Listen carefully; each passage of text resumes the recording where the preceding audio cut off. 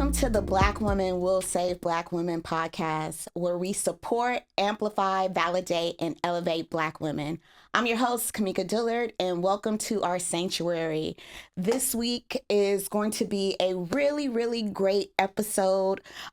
We are blessed to have one of my sorority sisters in the house to kick off a great conversation. But before we get there, I want to focus on this week's Failures Files.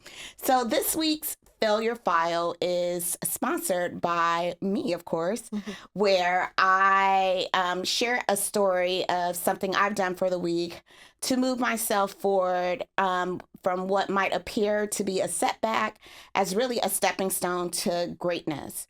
So this week, I was fortunate enough to be on a panel for Afrotech. For those of you who don't know, Afrotech is really, really big when it comes to Blacks being in the technological space.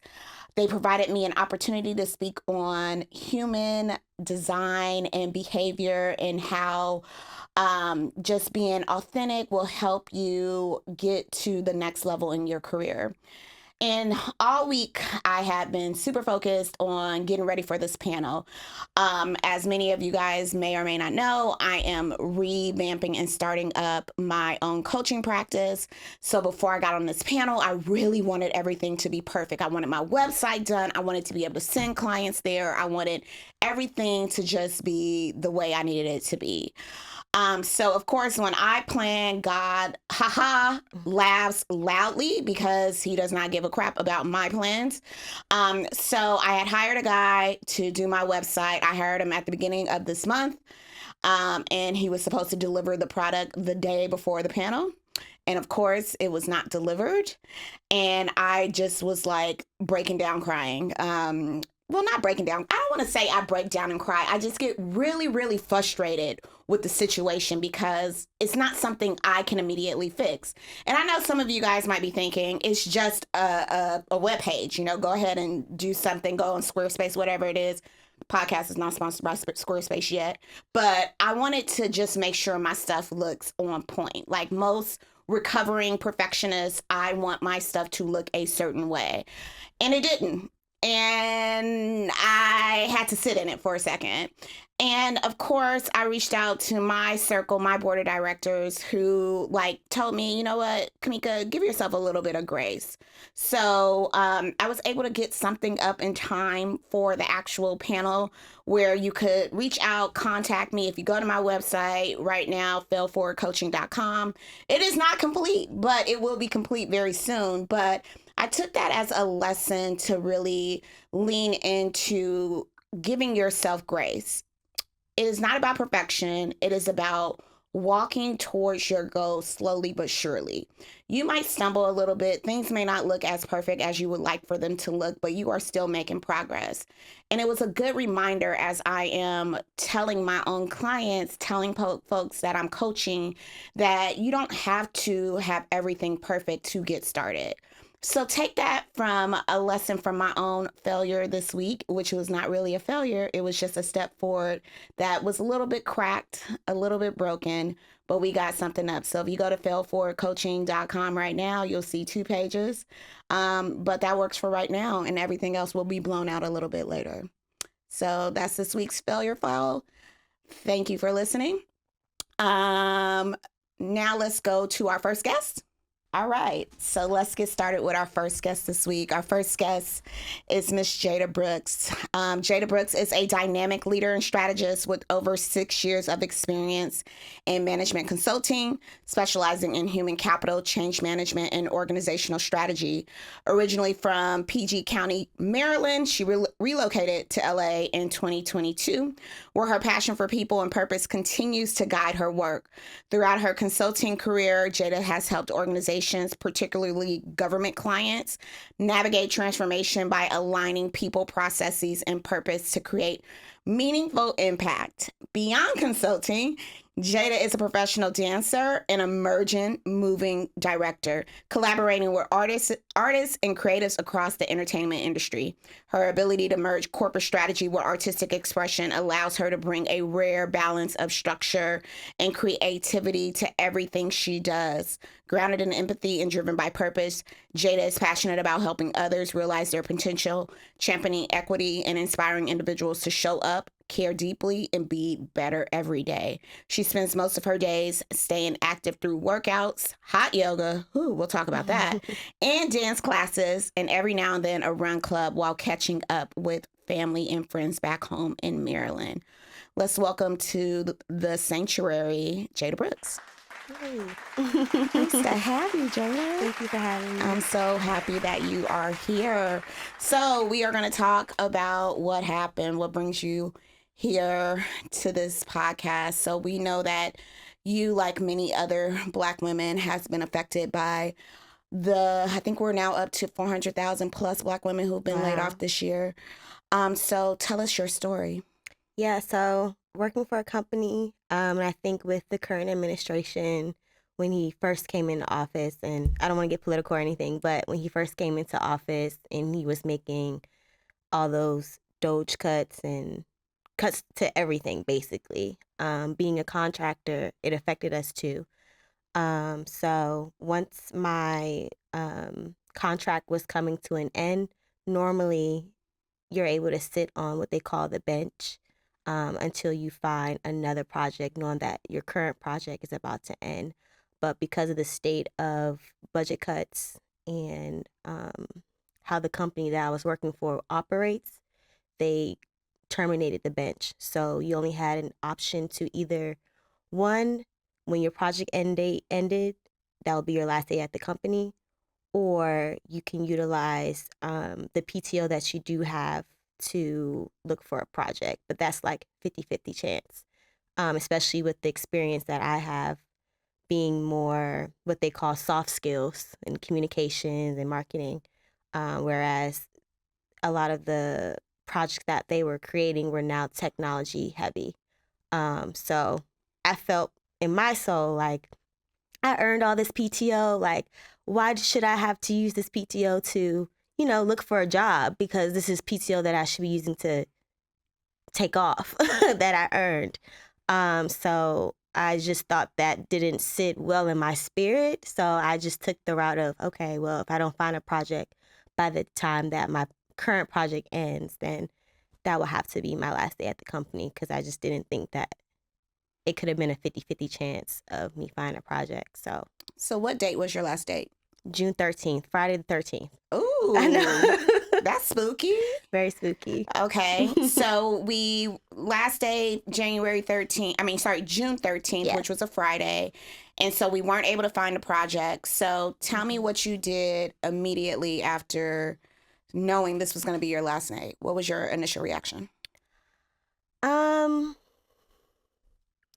My initial reaction was, I know it's all going to work out for me, because I was actually at home in Maryland when it was my last day. I wasn't too worried at the time because I dance as well. So I had a job coming up for dance.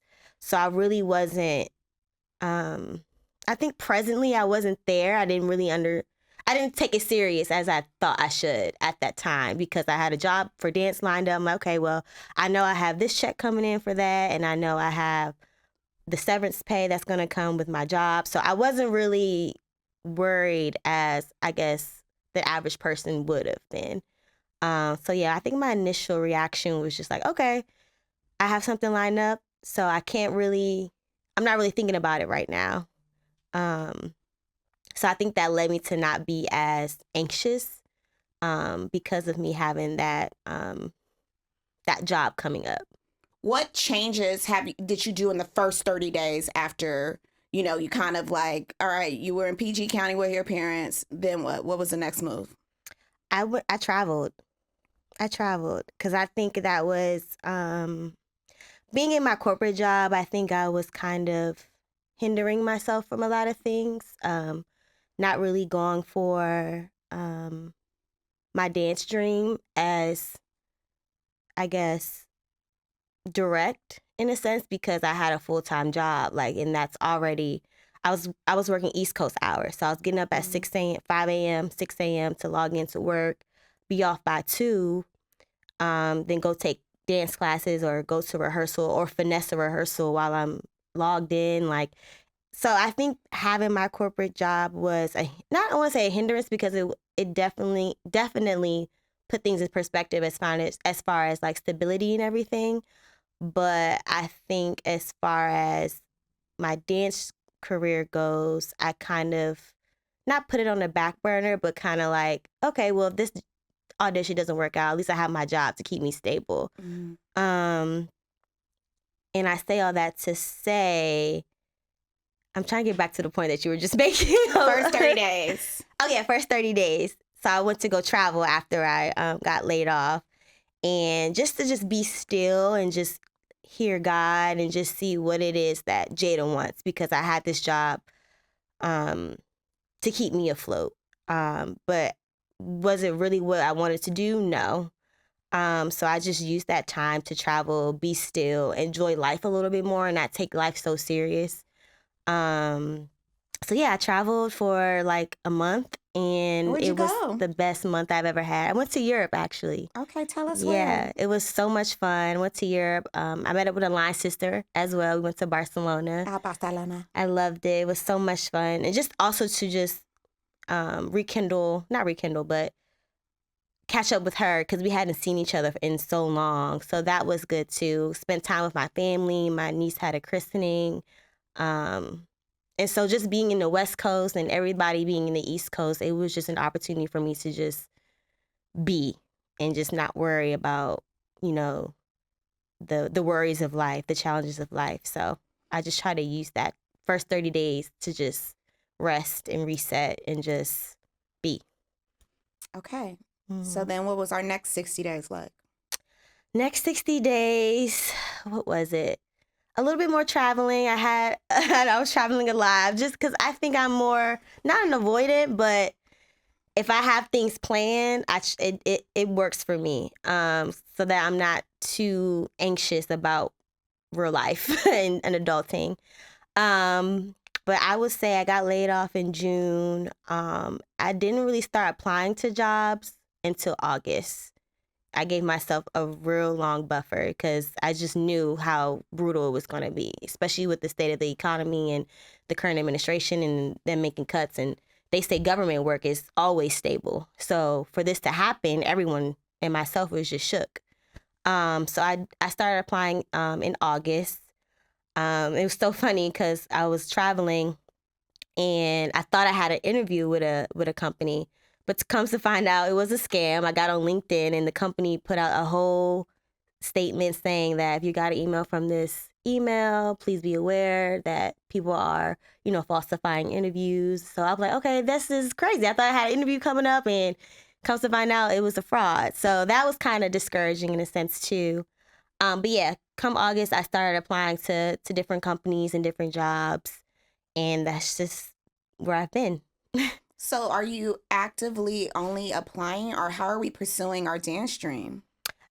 Dance is a whole different topic conversation because that's ups and down roller coaster. One day I can have an audition and that audition can last 5 hours and you get to the end and you're like, oh, they didn't pick you. And it's not because you're not capable of doing the job, but it could be a look thing or, or I'm not thick enough or I'm not skinny enough or maybe the girl that they want, we both have the same look, so they can't take us both. So dance is just always up and down. And that's just the state of the industry too. Like with jobs are out there, with the artists that are what they're doing, movies that are coming out, commercials. So it's just always up and down. So what type of dance do you specialize in? I specialize in I'm versatile. So I grew up as a technical dancer. So I have, I guess, skills in ballet, tap, jazz, but being in LA, they would just categorize it as commercial dance. So a lot of commercial dance. So I guess hip hop is a good word to just keep it simple. Okay. Okay. But yeah. Okay. Have we gotten any jobs? we know you mentioned that you had a job once you were being laid off. Have we had any more of those types of jobs? No. So it's really been super steady, like super still. Okay. Very still. Okay, so we're applying now. Mm-hmm. Have we heard back from anyone that's real? No. So knowing that it's really kind of like it's sparse out there. We know the economy is still in flux. We don't know what's going to happen next. What are you planning? So I do enjoy the youth. So I'm trying to get into substitute teaching, which is pretty cool because I don't want to be like a set in stone teacher, but if I can go and give back to the kids, then I'll do that. So I'm working on that as well. In addition to that, I'm working on like personal things that I want to work on with my brand and future businesses as well. And hopefully they grow to be something greater. So just focusing on substitute teaching as well as building my brand and my business for the future. All right, let's talk about your brand and your business. Tell us more. So eventually I want to open up my own dance studio. So that's always been my end goal. So just working on that, what that may look like, the steps that I have to take for it to come into fruition, of course. Like the branding, the name, where I want it to be located, because I am in LA, but I also want to have one in Maryland as well. So just focusing on that kind of stuff and just dreaming a little bit more and just trying to dream but execute it at the same time. So taking those baby steps to get to the big dream. So do you want to stay in LA? I always get asked that, and I've always told myself 5 years. I'm in year 3 now, and I feel like I haven't scratched the surface. Or like I'll get really, really busy with dance and I'm not here. I'm traveling a lot with dance, so I feel like I haven't really been here in LA to really sit to see like, can I build a life here, or is that life in Maryland? So I'm still figuring it out. Okay. What else is driving you these days? What's keeping your mind busy? What's keeping you from, I guess, the pessimism of a market that is truly not friendly to Black women from a job perspective? You don't have your business fully fleshed out. What's keeping you happy? So cliche, but God, of course, he's my main source of peace, and joy. But I really have been resonating with like just being still, because I feel like I'm a person that needs to have everything planned out from start to finish. And I think taking advantage of this time of just being still, of not hearing back from a job or a company or whatever, or dance job as well, choreographer, I think being still in this moment and allowing me to really figure out what it is that Jaida wants, so that when God presents the opportunity, I'm already well prepared to go for it. So I'm just trying to use this time to listen to him and listen to myself as well, and trust what he's saying and trust what he's giving me. Like, even this is just a lot for me, but I appreciate being here. But yeah, I think God has been right now my source of happiness and peace. Why is this a lot for you?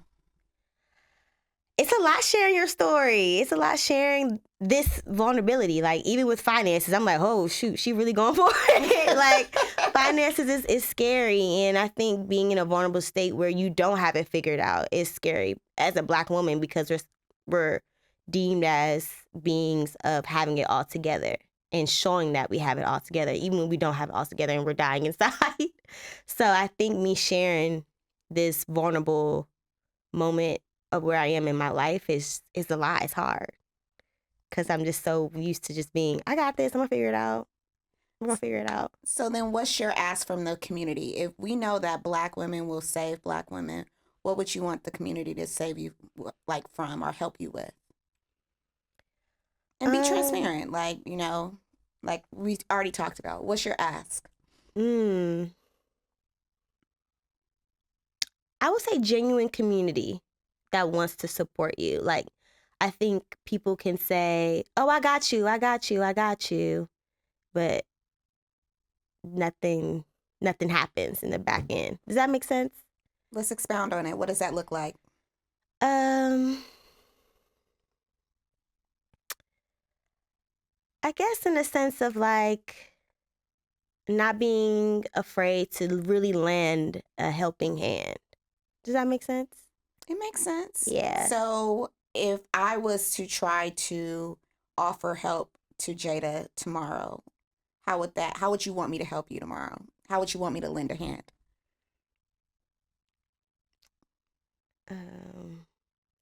So for myself, when I say, hey, I need my community around me, I'm really honest in saying, like, sometimes I have actually one of my line sisters, she calls me once a week on the way to work just to say, girl, are you up? And it's like 7 o'clock in the morning, because back when I was working, I would be up at 5:30 every morning. That was part of my routine. And she would call me just once a week just to make sure, hey, are you up? Like, because when I was really going through it at the beginning of my layoff, I mean, I was in bed till like 9 a.m., which is just not even like me. So her way of supporting and helping me was just calling once a week. I had another friend who would just say, girl, let me just see your resume. I just want you to take a look at, just let me look at it. Let me see what you're working with. So what tangible action, because I think as Black women have a really hard time articulating what does help look like right now in this state of affairs. Is it a friend taking you out for coffee? Is it a friend like, just coming and working with you one day? Like, really, like what do you really want that help to look like? That's a good question. I'm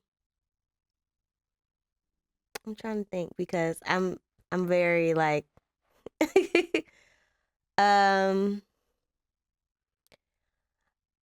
think for me it would be more so like a brainstorming session. Like how can we work together to get your dreams to maybe like a brainstorming session, like you said, like it's a session like let's go work, let's go to a coffee shop, let's sit down, let's brainstorm together how we can get your brand off the ground and get it working. What steps that we can do together, and how can I help you get there to get you to where you want to be with your dance studio. So maybe it's like a coffee chats every once a week or every 2 weeks. All right. So you hear it. What Jaida is looking for is the community to help her figure out what this business looks like. So Jaida is wanting to build out a dance studio. She wants it to be bi-coastal, West Coast, East Coast. But what's the first step she should do? So I am reaching out to the BWWSBW community to ask them to, like, let's check on our girl Jaida to try to help her get there and offer resources that will help her reach her dreams. So Jaida, let's promote you. What do you want to share? What's your final word? What do you want to share with the audience right now? Don't be discouraged, of course. Things are happening for you, not to you. And that everything is all about timing. So if you just trust the timing, trust God's timing, everything will work out the way it's supposed to. Awesome. Thanks, Jaida, for Thank coming on you. today. I appreciate you. Thank you. Thanks for having sharing, me. sister. All right. So we heard from Jaida. She dropped a few nuggets that I really want us to take away from this week. So one thing she did focus on is just being still and listening to what the word is trying to tell her, whether it's from God, whether it's from herself. So a little bit of quiet time, not always moving. Black women, rest. Be still for a second, okay? We don't have to be on this continuous wheel just because we may not be working our 9 to 5. And finally, it's time for this week's S.A.V.E strategy. So a moment to support, amplify, validate, elevate ourselves and each other. Whether you're rebuilding, launching, or just holding it together, this tip is for you. So this week's S.A.V.E strategy is for entrepreneurs. As you may know, I'm a recovering perfectionist. Like I mentioned earlier, I'm in the process of building my coaching brand. And like Jaida, I don't have it all figured out, but I want us to focus on the E, which is elevate this week. Really invest in yourself and don't be cheap. Okay. You are the brand. You're worth every dollar that you invest in yourself. Whether or not you're an entrepreneur, I'm sure you can relate to that. I was actually cheap with like my website person, and I got what I paid for. Spend a little bit more money investing in what you are trying to achieve, and I promise it will not be a waste. So that is your save strategy for a week. Take what you need, share what you can, and remember, Black women saving Black women starts here. All right, y'all. Thanks for coming today.